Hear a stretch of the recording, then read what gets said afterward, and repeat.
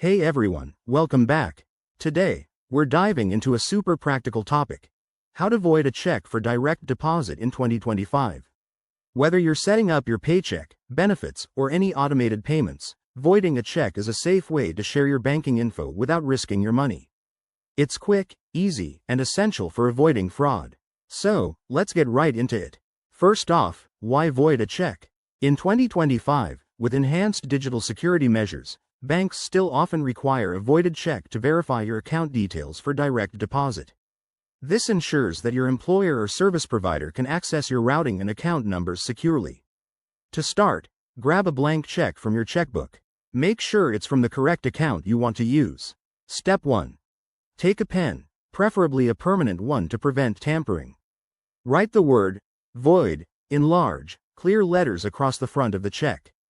Cover the main area but avoid obscuring the routing number at the bottom or your account number. This way, the necessary info is still visible for verification purposes. Step 2. Be precise. Don't sign the check, and don't fill in any other fields like the date or payee.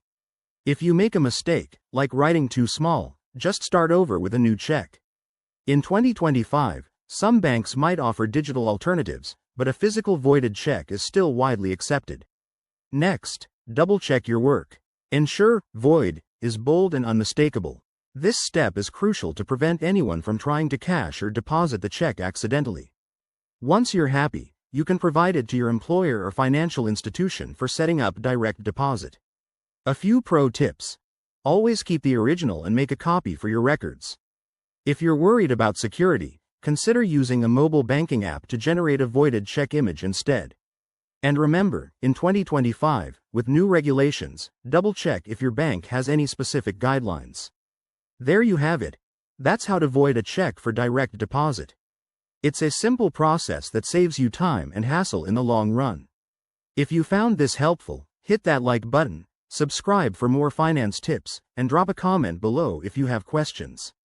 Thanks for watching, and see you next time.